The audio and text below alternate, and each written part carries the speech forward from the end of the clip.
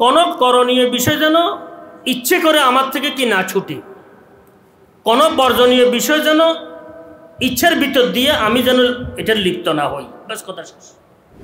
জাহেরি বিষয়গুলোকে আল্লাহ পাক দেখেন না, অর্থাৎ এগুলোর উপরে বাতিনের কোনো বিষয় নির্ভর করে না, নির্ভরশীল নয়।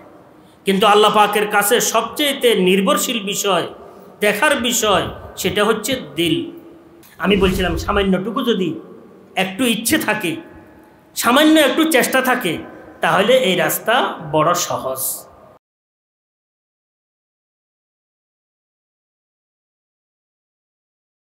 সুবহানাকা লা ইলমা লানা ইল্লা মা আল্লামতানা ইন্নাকা আনতাল আলিমুল হাকিম।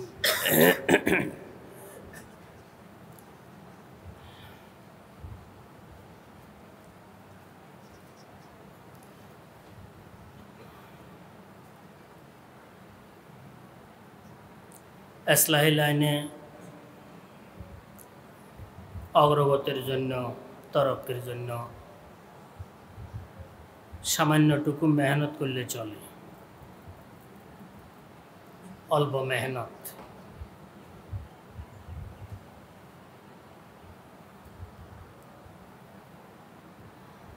বেশি মেহনতের প্রয়োজন হয় না। আর আমরা তো দুর্বল। অতীতে বড় ধরনের সাধনা করা হতো। ইসলাহি লাইনে যে সমস্ত বাইরা ভর্তি হইতেন, কোনো পীরের খেদমতে, মুরব্বীর খেদমতে থাকতেন,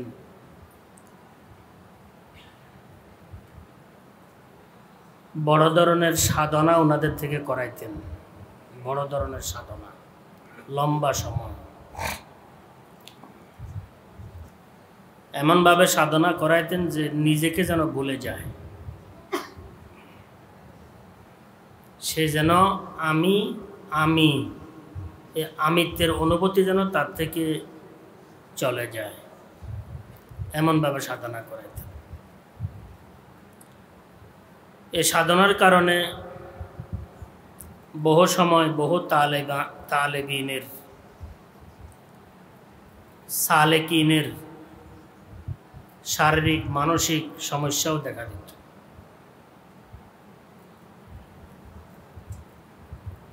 মুরব্বী যদি চোকান্না চৌকস না হয়, দূরদর্শী না হন, তাহলে বহু সময় সাধনাগুলোর কারণে পেরেশানির সম্মুখীন হতে হয়। হযরত হাকিমুল উম্মাহ থানভী রহমতুল্লাহ আলাইহির এক মুরিদ হযরতের খেদমতে চিঠি লিখছেন যে আমি হযরত যখন জিকির করতে বসি, পুরা কামরা আলোকিত হইয়া যায়, বহু রকমের দৃশ্য ভাসমান হয়, অলৌকিক বিষয়গুলো আমি প্রত্যক্ষ করতে থাকি।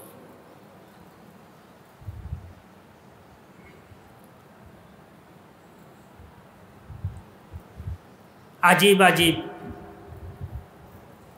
সুরত আমার সামনে উঠতে থাকে, ব্রেনের মধ্যে আসতে থাকে, চোখে বাজতে থাকে।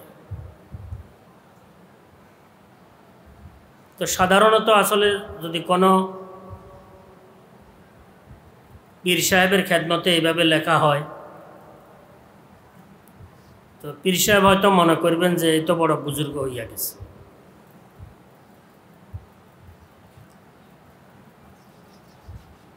হয়তো এজাজতও দিয়ে দিবেন।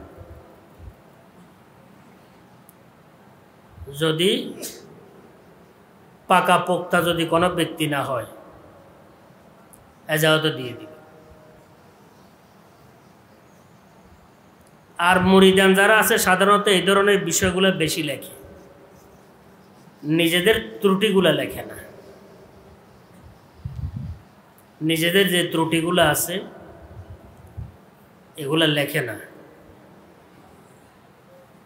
ত্রুটিগুলো লেখা দরকার। ত্রুটিগুলো সামনে আসতে থাকলে বড় উপকার, নিজের মধ্যে কাকতি, তাওয়াজু, মিনতি আসতে থাকে, বিনয় আসতে থাকে যে আমি তো আসলে কিছুই না, আমার দ্বারাই হচ্ছে না। হ্যাঁ, নিরাশ হওয়া যাবে না যে আমি মনে হয় এই রাস্তায় চলতে পারবো না। নিরাশ হওয়া তো এমনিতেই হারাম, নিরাশ হওয়া যাবে না। আল ইয়াসু মিনাল কুফ, নিরাশ হওয়া কুফরের বিষয়। আল্লাহ পাকের এই মহান দরবারে নাউমিদের কিচ্ছু নাই, উম্মিদ ছাড়া নাউমিদের কিছু নেই।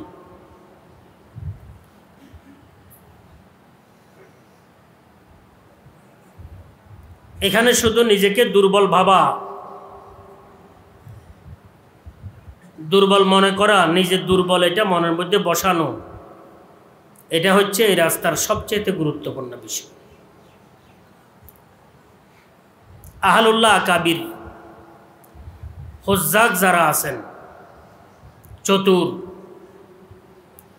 এরা মুরিদানদেরকে এই মাস করাইতে থাকেন যে আমি গুনাহগার, আমি গুনাহগার, আমি গুনাহগার, এটা তুমি বলতে থাকো।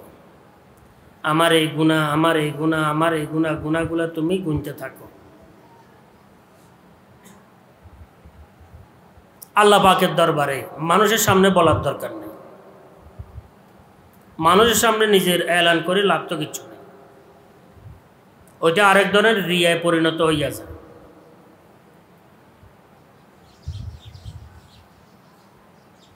নিজের দোষ ত্রুটিগুলো সামনে আসাটা, আসতে থাকাটা, এটা খুব শুভ লক্ষণ। এর বিপরীতে অন্যের দোষ ত্রুটি নজরে আসাটা, এটা কিন্তু দুর্লক্ষণ, খারাপ লক্ষণ। নিজের গুণাবলীগুলো চোখের আড়ালে চলে যাওয়াটা, এটা হচ্ছে কামালিয়ত। অন্যের গুণাবলী সামনে আসাটা, এটা হচ্ছে হালাকত। অন্যের গুণাবলী সামনে আসাটা, নিজের গুণাবলী চোখের আড়ালে যাওয়াটা, এটা হচ্ছে তরক্কি। নিজের দোষ সামনে ভাসমান থাকা, অন্যের দোষগুলো আড়ালে চলে যাওয়া, এটা হচ্ছে আসল হাকিকত, আসল বিষয়, বাস্তব বিষয়। তো আহলুল্লাহ আল্লাহওয়ালাদের চেষ্টা থাকে নিজের মুতাআল্লিকিন যারা আছে, সুলুকের রাস্তার পথিক যারা আছেন, ওনাদের মধ্যে যেন নিজেদের দুর্বলতার অনুভূতি অন্তরে যেন বসে যায়, এটাই থাকে চেষ্টা। নিজেদেরকে দুর্বল ভাবলে, গুনাহগার ভাবলে, ত্রুটি সম্পূর্ণ ভাবলে ইসলাহ সহজ হয়ে যায়। তো বলতেছিলাম, আসলে তো সাধারণত মুতাআল্লিকিন হযরত যারা আছেন, সাধারণত আলহামদুলিল্লাহ ভালো বহু আছে, দোষগুলো তো সামনে আসা দরকার। নিজের দোষগুলো লেখে না, স্বপ্ন লেখে, নিজের গুণগুলো লেখে। এই লেখার মধ্যেও সামান্য একটু রিয়ার চাপ থাকে, লেখার মধ্যেও নিজের একটা বড়ত্ব, মহত্বের চাপ থাকে। এটাও কিন্তু বড় ধরনের একটি নফসানিয়ত। বলার মধ্যেও থাকে, এটাও বড় ধরনের নফসানিয়ত। দোষগুলো এমনভাবে সামনে আসা দরকার, নিজের গুণ যেন দেখায় না যায়। বাস্তবে কোনো গুণ নিজের নাই। কিসের গুণ? কোনো গুণ নেই। গোলামের আবার গুণ কি? গোলামের কোনো গুণ নেই। গোলাম খালেস ভাবে গোলামি করাটাই হচ্ছে গোলামের গুণ, এটা তো আমাদের থেকে নাই। খালেসভাবে গোলামি করার মতো যোগ্যতাও আমাদের কাছে নাই। গোলামিও কার? আহকামুল হাকিমিন রব্বুল আলামিনের। একজন মানুষেরও তো গোলামি করতে পারি না, খেদমত করতে পারি না সুন্দরভাবে সুষ্ঠুভাবে। একজন মুরব্বীরও তো খেদমত করতে পারি না সুন্দরভাবে, নিখুঁত এবং সুষ্ঠুভাবে। আহকামুল হাকিমিন রব্বুল আলামিনের মকাম মর্যাদা, সেটার অনুভূতির কাছে পাশেও তো আমরা নাই। আমাদের থেকে কিসের গোলামি হবে? এই কারণে আল্লাহওয়ালারা সবসময় দোয়া করতেন, দোয়া শিখিয়েছেন, আব্দ হোমাই বক্সে আব্দি ইয়ত মুজে, মাওলা আমি বন্দা, আমাকে বন্দেগি তুমি দান করো,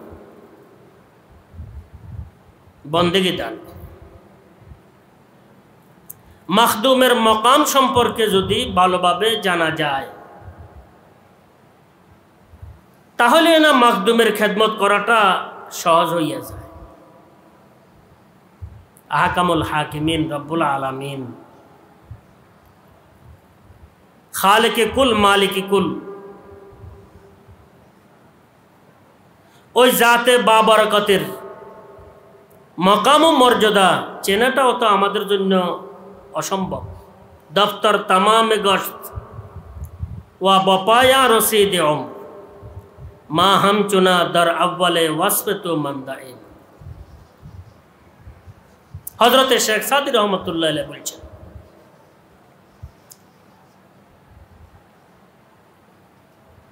দফতর তামামে গশত ওয়া বপায়া রসিদ ওম,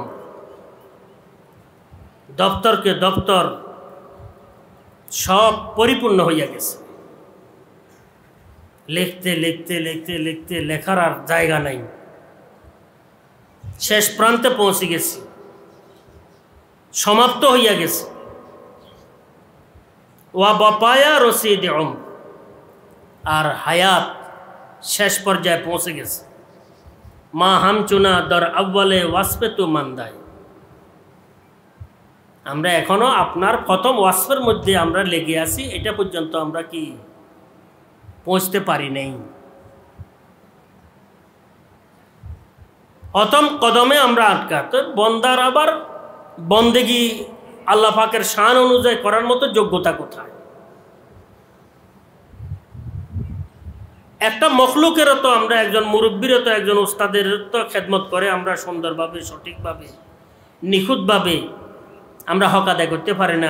যেখানে আহকামুল হাকিমিন রব্বুল আলামিন, সেখানে আমরা হক কীভাবে আদায় করি? এই কারণে সবসময় নিজের দোষগুলা ত্রুটিগুলা ভাসমান থাকা দরকার।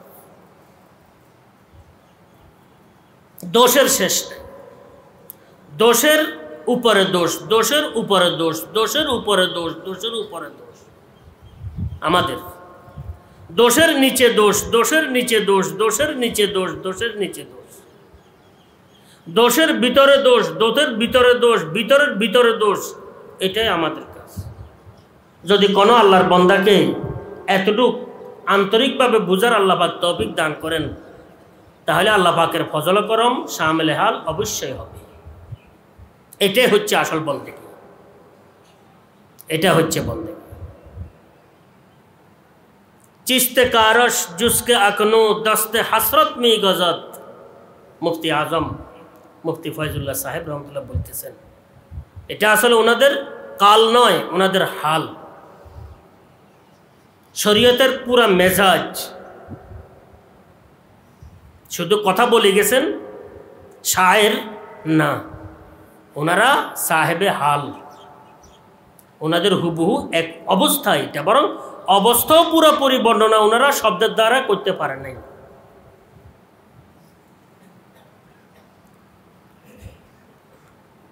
মানা পুরাপুরি আলফাজের দ্বারা বহু সময় আদায় হয় না, সম্ভব না। হাল পুরাপুরি কালের দ্বারায় হালের হক আদায় হয় না, কথার দ্বারা নিজের মনোভাব পুরোপুরি প্রকাশ হয় না, সম্ভব না। আহলুল্লাহ আল্লাহওয়ালারা যে বলছেন, ওনাদের হাল এর চাইতে বহু উঁচা ছিল। হাল মানি ওনাদের তাওয়াজু, ওনাদের এনকেসারি, ওনাদের শেকস্তগি এর চাইতে বহু বেশি ছিল। আহলুল্লাহ আল্লাহওয়ালারা কোন মকামে কোন স্তরে বসবাস করেন, আমাদের মতো নাদান নালায়েক ওনাদের মকাম বোঝাটাও সম্ভব নয়, অসম্ভব, বোঝাটাও অসম্ভব, বোঝা সম্ভব না। হযরত রহমতুল্লাহ আলাইহি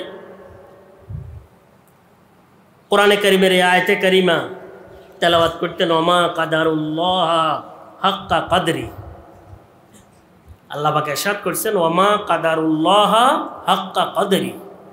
এরা আল্লাহ পাকের মকামের হক এরা কি করতে পারে নাই, মূল্যায়ন করতে পারে নাই। ওমা কাদারুল্লাহ হাক্কা কদরি। আহলুল্লাহ আল্লাহওয়ালারাও এই কথাটি বলে যান যে তোমরা আমাদের হক, আমার হক আদায় করতে পারতেছ না। আহলুল্লাহরা বলে গেছেন।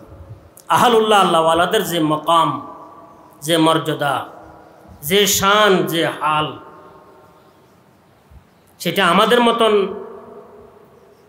অযোগ্য নালায়েক সেটা অনুমান করতে পারব না।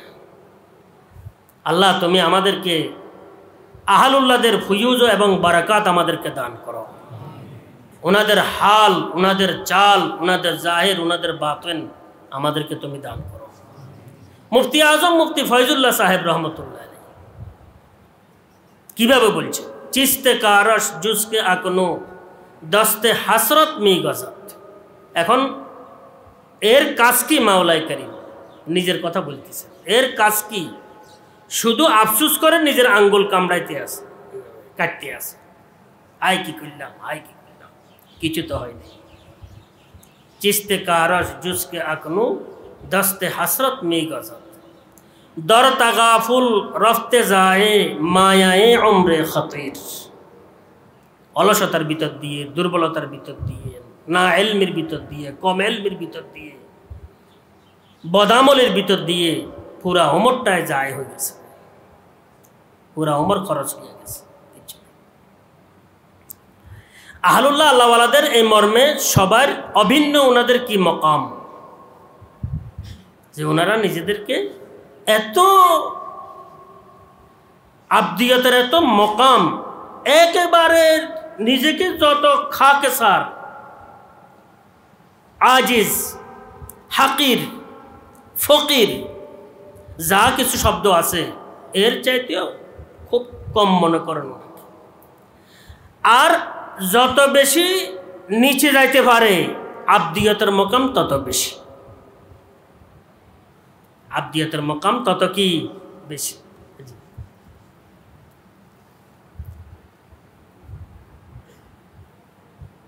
बका बहरे फना में गर्क होकर हमने हासिल की ये कश्ती भी अजब है डूबे ही कर पार उतरती। এখানে যে যত বেশি নিজেকে ছোট মনে করতে পারে, গুনাহগার মনে করতে পারে, আজিজ মনে করতে পারে, মুনকাসির মনে করতে পারে, যেটা বাস্তবসম্মত, যেটাই বাস্তবতা, সে তার মকাম বড় ঊর্ধ্বে। এখানে যত নিচে গেছে সে তত উপরে উঠছে। বকা বাহারে ফানা মে গর্ক হোকর हमने हासिल की ये कश्ती भी अजब है डूबे ही कर पार उतरती है। হযরত খাজা আজিজুল হাসান মাজজুব রহমতুল্লাহ আলাইহি বলছেন, ওনাদের হাল কালে এতটুক কি আদায় করতে পারে না, ওনাদের হাল। বলছেন আমরা বকা হাসিল করছি ফানার সমুদ্রে ডুবে, ফানার সমুদ্রে নিমগ্ন হয়ে আমরা বকা হাসিল করছি। এই কাস্তিও বড় কি, নৌকো বড় আজীব, এটা ডুবি পার করে, যত বেশি ডুবে তত বেশি এটা পার হয়ে চলবে।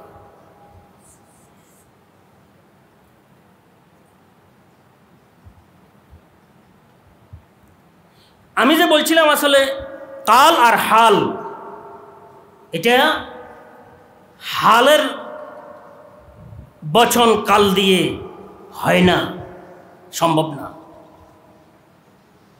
কিভাবে আপনার হাল আদায় করবে কাল দিয়ে? হাল তো আল্লাহর দান। আহলুল্লাহরা, আল্লাহওয়ালারা সাহেবে হাল, সাহেব দিল। হযরত খাজা আজিজুল হাসান মাজদুব রহমতুল্লাহ এক জায়গার মধ্যে বলতেছেন, জবা বে দিল হায় আর দিল বে জবা হায় হায় মজবুরি, बया में किस तरह आए वो जो दिल पर गुजरती है। अल्लाह अकबर। जबा बे दिल है और दिल बे जबा है हाय मजबूरी। জবান, এটার মধ্যে দিল নাই, দিলের মধ্যে জবান নাই। জবা বেদিল হয় আর দিল বেজবা হয়, হায় মজবুরি, হায় আফসোস, কি করতে পারে। বয়া মে কিস তরহ আয়ে वो जो दिल पर गुजरती है, বয়ানের মধ্যে ওই বিষয়গুলো কিভাবে আসবে যেগুলো দিলের অবস্থা। কারণ দিলের তো জবান নাই, জবানের মধ্যে কি নাই, দিল নাই। তা আমি বলতেছিলাম আহলুল্লাহ আল্লাহওয়ালাদের তাসনিফাত, জীবনী, সাওয়ানে বেশি বেশি মোতালা করা দরকার। সব সময় কিতাবুল আখলাক, কুতুবুল আখলাক পাশে রাখা দরকার, 2, 4, 5, 10টা। যখন সুযোগ হয় একটু উল্টে দেখা দরকার, 1 লাইন হোক, অসুবিধা নেই। এটা সবচেয়ে জরুরি। কিয়ামতের পূর্বে যে বিষয়গুলোর অভাব অনটন শুরু হবে, সবচেয়ে বড় বিষয় হবে আখলাক নষ্ট হয়ে যাবে, ইসলাহি ফিকির থাকবে না, শুদ্ধি শেষ হয়ে যাবে। কথার মধ্যে কথা থাকবে, শুদ্ধি থাকবে না। কাজের মধ্যে কাজ থাকবে, শুদ্ধি থাকবে না। তেলাওয়াতের মধ্যে তেলাওয়াত থাকবে, শুদ্ধি থাকবে না। মুআমালার মধ্যে মুআমালা থাকবে, মুআমালার শুদ্ধি থাকবে না। মুআশারার মধ্যে মুআশারা থাকবে, মুআশারার শুদ্ধি থাকবে না। শুদ্ধি হচ্ছে রূহ, ইবাদতের শুদ্ধি, ইবাদতের রূহ। মুআমালার শুদ্ধি, মুআমালার রূহ।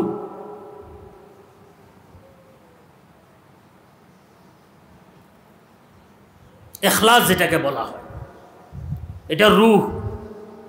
এটা আমার কথা নয়, হাদিস শরীফের মধ্যে 1-2 হাদিস নয়, কিতাবুল ফিতানের বহু হাদিসের মধ্যে এটা আছে। কিয়ামতের পূর্বে লা ইয়াবকা মিনাল ইসলাম ইল্লা ওয়ালা ইয়াবকা মিনাল কুরআন ইল্লা রাসম। শুধু ইসলামের নাম মাত্র থাকবে, রূহ থাকবে না। মিনাল কুরআন ইল্লা রাসম, কোরআনে কারীমের তেলাওয়াত থাকবে, খুব সুন্দর তেলাওয়াত করনেওয়ালা হবে, আকর্ষণীয় তেলাওয়াত করনেওয়ালা হবে, কিন্তু রূহ থাকবে না। এক রাওয়ায়াতের মধ্যে আছে লা ইউজাবিজু হানাজিরাহুম, কণ্ঠলানির নিচে যাবে না কোরআন। জি, সব ব্যাপারে একই অবস্থা।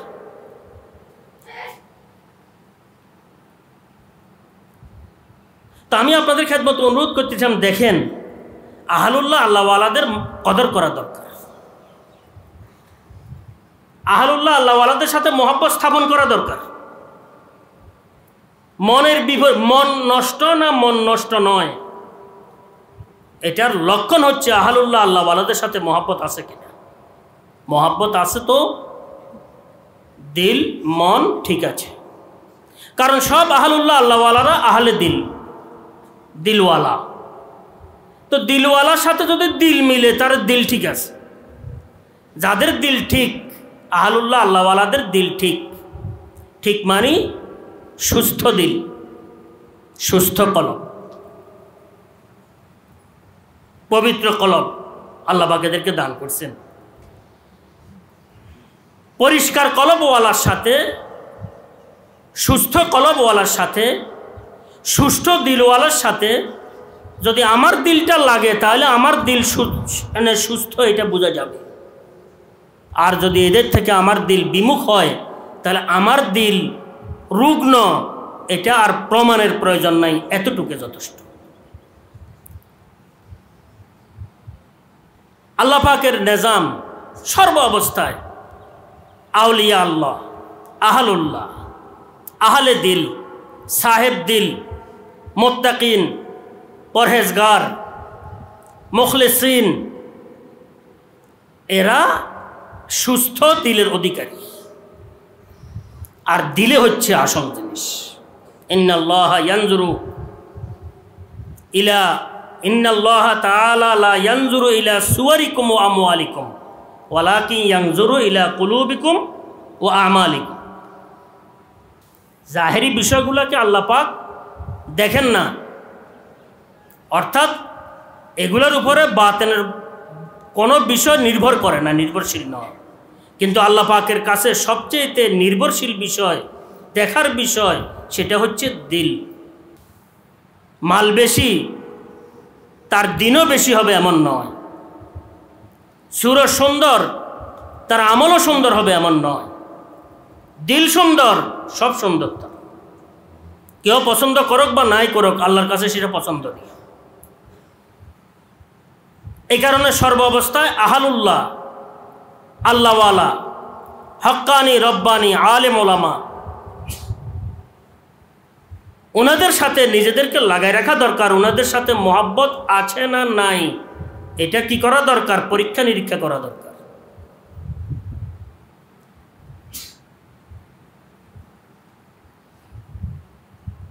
গালেবান আফলাতুন হাকিম, উনি একদা আসি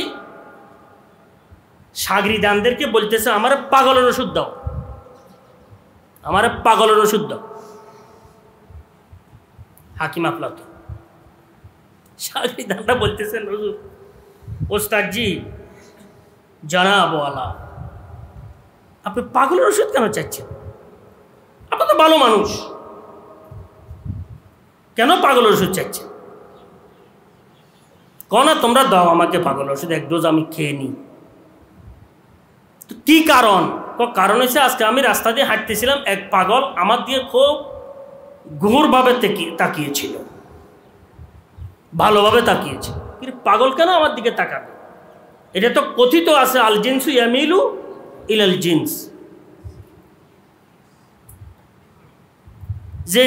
যে রকমের হয় ওই রকমের বিষয়গুলোকে সে কি করে? দেখতে থাকে, পছন্দ করতে থাকে। কবুতর কবুতরের সাথে থাকে, কাক কাকের সাথে কি থাকা ভালোবাসে, পাগল পাগলকে ভালোভাবে চিনে।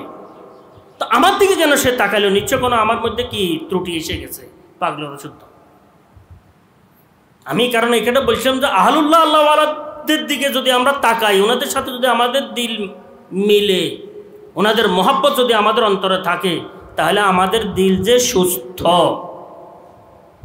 পরিষ্কার, এটা সহজে বুঝে যাবে। আর না হয় বোঝা যাবে না। এর বিপরীত হলে বুঝে যাবে যে আমার দিল কি নষ্ট, সুস্থ নয়।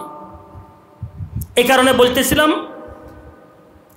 আহলুল্লাহ, আল্লাহওয়ালা, আউলিয়া আল্লাহ, হক্কানি, রব্বানি, আলেম ওলামাদের জীবনীগুলো মোতালা করা দরকার। এখানে বহু কিছু আছে। আল্লাহ পাক আমাদেরকে তৌফিক দান করে। কথা তো লম্বা হয়ে গেছে। নিজেদের ত্রুটিগুলো সামনে আনার চেষ্টা করা দরকার। এটা হচ্ছে ইসলাহি লাইনে যত মেহনত আছে, সব মেহনতের সার, নির্যাস।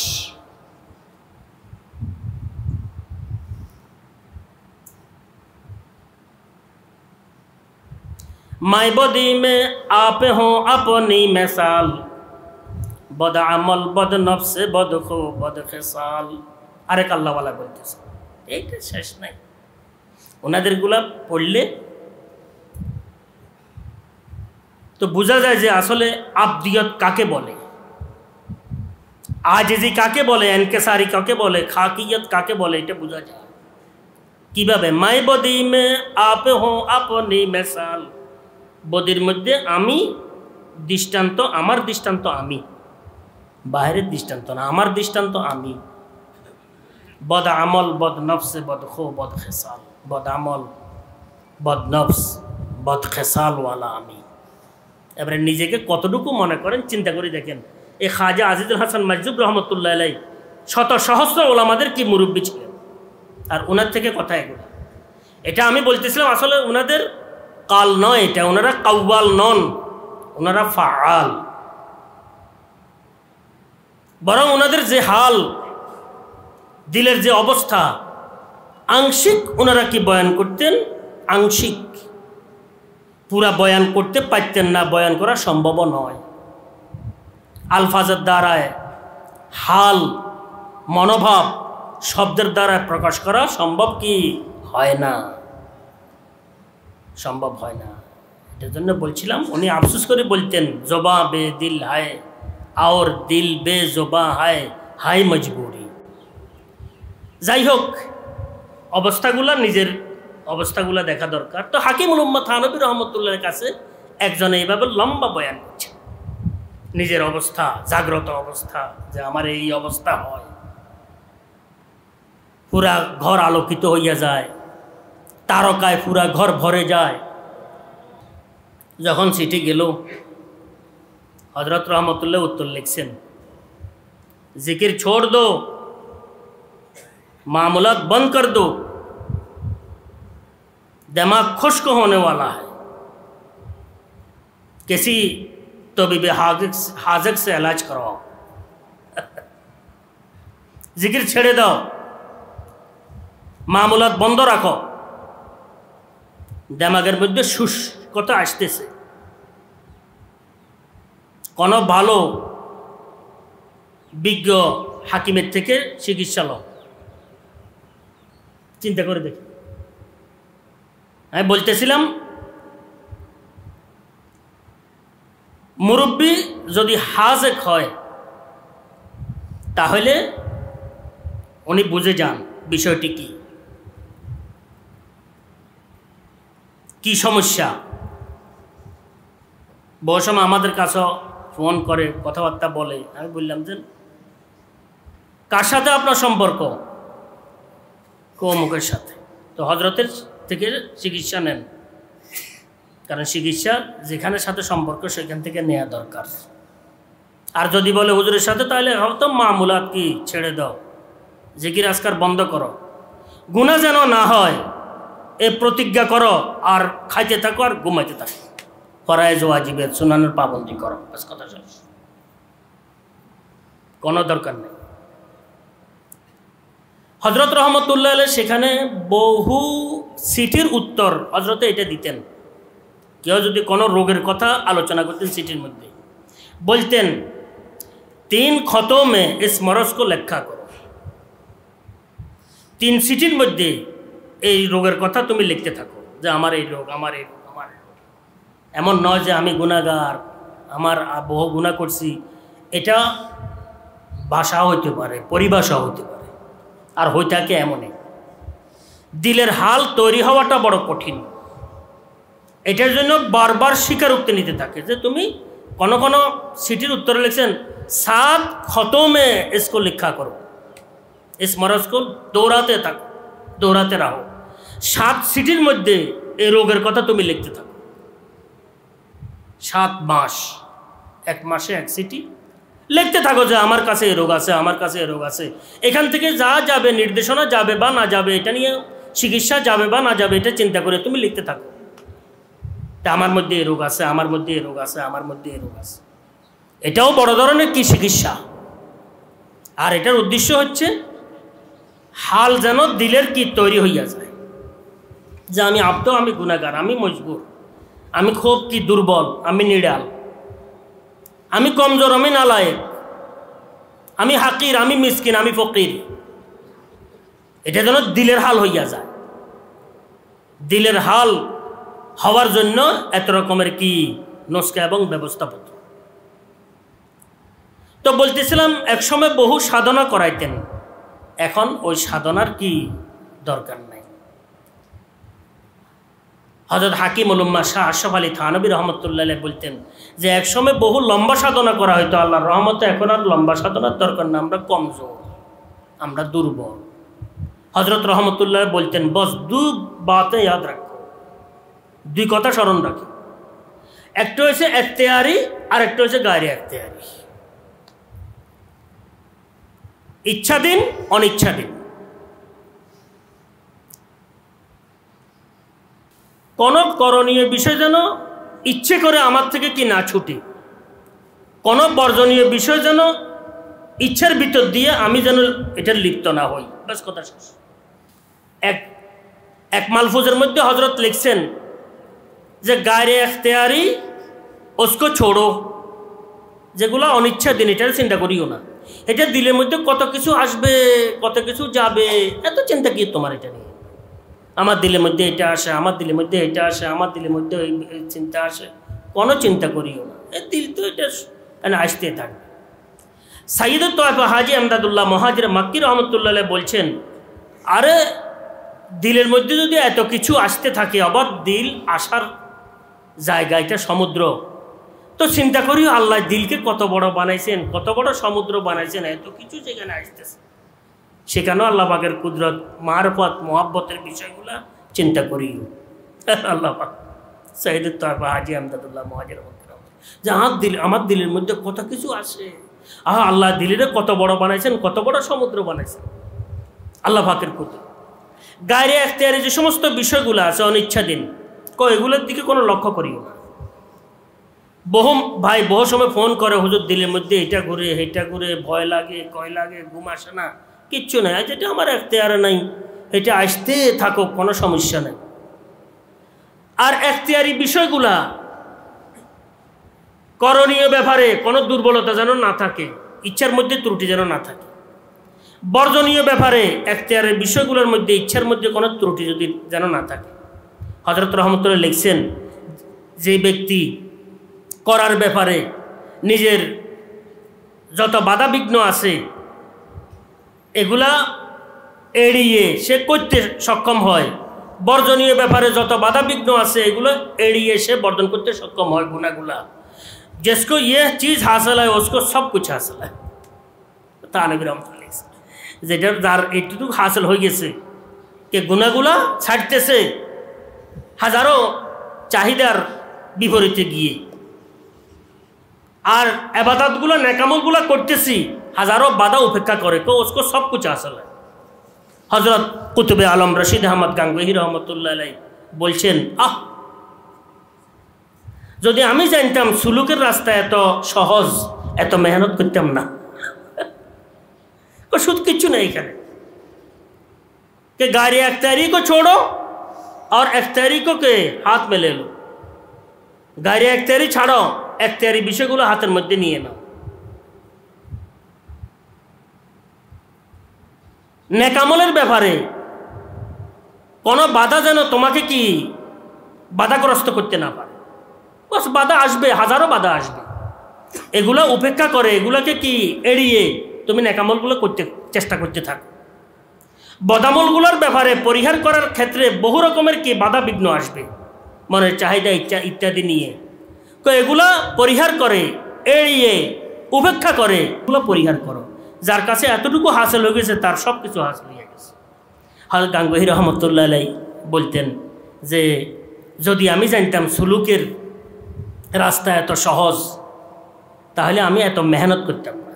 আমাদের হযরত রহমতুল্লাহ বলছেন, মেহনত করার পরও তো এটা এলেমের মধ্যে আসছে, এত সহজে তো আসে নাই, মেহনত করার পরে না এটা কি এলেমের মধ্যে আসছে, জানা আছে মেহনত করতে হয়। আমি বলছিলাম সামান্যটুকু যদি একটু ইচ্ছে থাকে, সামান্য একটু চেষ্টা থাকে, তাহলে এই রাস্তা বড় সহজ। আল্লাহ পাক আমাকে আমাদেরকে সবাইকে উদ্যোগ গ্রহণ করার, একটু ইচ্ছে করার, কোনো পয়সা খরচ নাই, কিছু কষ্ট নাই, আল্লাহর রহমতে বরকতের শেষ নেই, আল্লাহ পাকের ফজল করম। আল্লাহ পাক আমাদেরকে সর্ব অবস্থায় এই ইসলাহি লাইনে চেষ্টায় লেগে থাকার, অগ্রসর হওয়ার তৌফিক আল্লাহ পাক আমাদেরকে দান করেন। ও আখিরু দাওয়ানা আলহামদুলিল্লাহি রাব্বিল আলামিন।